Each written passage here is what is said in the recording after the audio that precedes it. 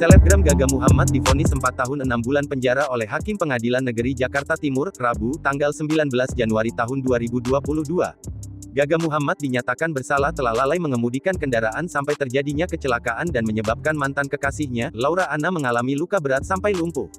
Mengadili, menyatakan terdakwa Gaung Sabda Alam Muhammad secara sah dan meyakinkan telah lalai mengemudikan kendaraan sampai terjadinya kecelakaan lalu lintas bersama saksi Laura Anna, kata Ketua Majelis Hakim, Lingga Setiawan di dalam sidang. Menjatuhkan pidana penjara selama 4 tahun dan 6 bulan denda sebesar 10 juta rupiah. Menetapkan terdakwa tetap di dalam tahanan, tambahnya. Sebelum divonis hakim, Gaga Muhammad dinyatakan bersalah oleh jaksa dan dituntut 4,5 tahun penjara. Diberitakan sebelumnya, tagar Justice for Laura bertengger di trending topik Twitter setelah selebgram Laura Anna mengunggah potret diri bersama rekan-rekannya di Pengadilan Negeri PN, Jakarta Timur. Laura Anna tengah menuntut keadilan setelah lumpuh dari kecelakaan mobil yang dikemudikan mantan kekasihnya, Gaga Muhammad, pada tanggal 8 Desember tahun 2019 lalu. Laura menderita cervical vertebrae dislocation atau dislokasi tulang leher yang menyebabkan dirinya mengalami kelumpuhan pasca kecelakaan.